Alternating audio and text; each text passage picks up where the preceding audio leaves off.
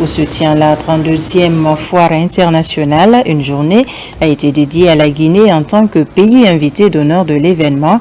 L'occasion est mise à profit par la partie guinéenne de présenter toutes les potentialités socio-culturelles du pays ainsi que les projets socio-économiques, notamment Simandou 2040. Abdul Karim Kamara est notre envoyé spécial à Dakar. Au cocorico de cette journée de la Guinée, toutes les composantes de la foire de Dakar retiennent leur souffle. La salle du 4 avril vibre au rythme des identités socio-culturelles de la Guinée. Et le roi de la musique pastorale, Mick Paraya, annonce les couleurs.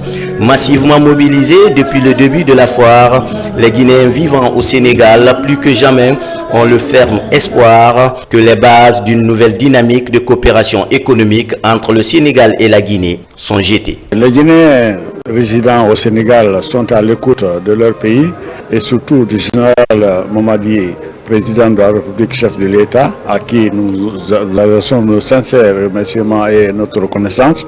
Il y a l'entente, il y a la cohésion sociale et on ne cherche pas mieux que ça. Ici, le projet socio-économique Simandou 2040, qui se veut l'incarnation d'une Guinée moderne et prospère, est présenté au public. Ensuite, les experts des ministères du commerce et industrie des deux pays plus la chambre de commerce éclaircissent la lanterne des uns et des autres sur le thème valorisation des produits locaux et opportunités d'investissement en Guinée à l'ère de la ZLECAf. Il est aujourd'hui incontournable que les économies s'interconnectent et de favoriser, n'est-ce pas, des joint ventures pour que, ensemble, nous puissions relever les défis aujourd'hui qui nous interpellent.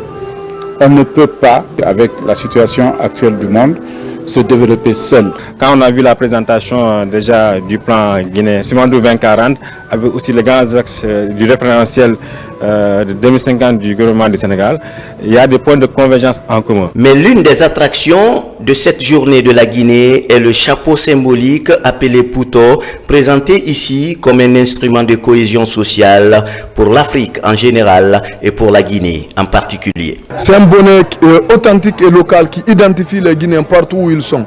On appelle l'État de faire le maximum pour inscrire le Pouto au patrimoine de l'UNESCO.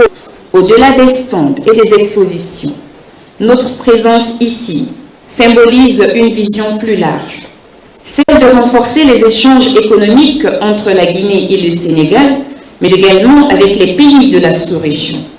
Nous croyons fermement que la coopération régionale est essentielle pour relever les défis communs auxquels nos nations font face, qu'il s'agisse de la transformation structurelle de nos économies, de la création d'emplois pour nos jeunes ou de la lutte contre les inégalités. La journée est aussi ponctuée par des échanges portés sur des partenariats futurs et son épilogue est marqué par plusieurs prestations culturelles dont ce concert géant tenu par le mythique et légendaire orchestre Bembea Jazz National et son guitariste virtuose Sékou Diabaté, toujours plein de passion pour mieux servir la nation.